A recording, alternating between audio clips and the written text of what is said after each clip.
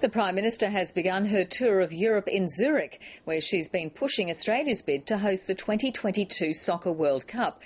After that, Julia Gillard moved on to Brussels for a meeting of Asian and European leaders and discussions on Afghanistan with the head of NATO. After visiting the war zone at the weekend, Ms Gillard says she's confident senior commanders are happy with Australia's military strength. Europe correspondent Philip Williams is in Brussels. From one world to another. The trip from Afghanistan to Brussels crossed more than just borders, but the Prime Minister made it clear her decision to go first to Afghanistan was no accident of geography. I believed it was very important as Prime Minister to make the first place I visited overseas as Afghanistan so that I could talk directly with our troops there.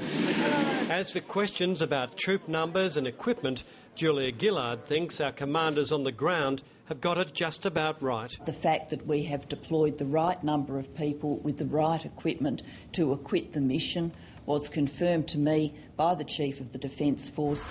But even before she landed in Brussels, there was a pressing sporting issue to be dealt with.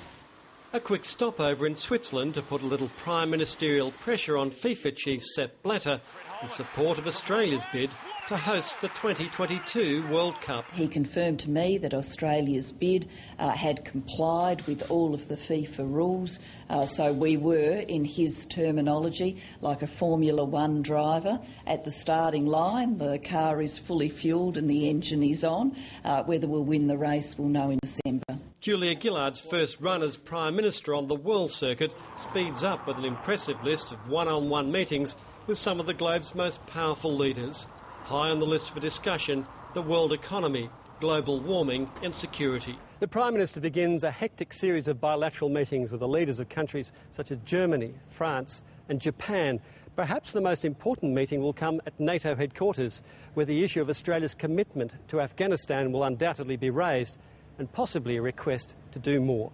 Philip Williams, ABC News, Brussels.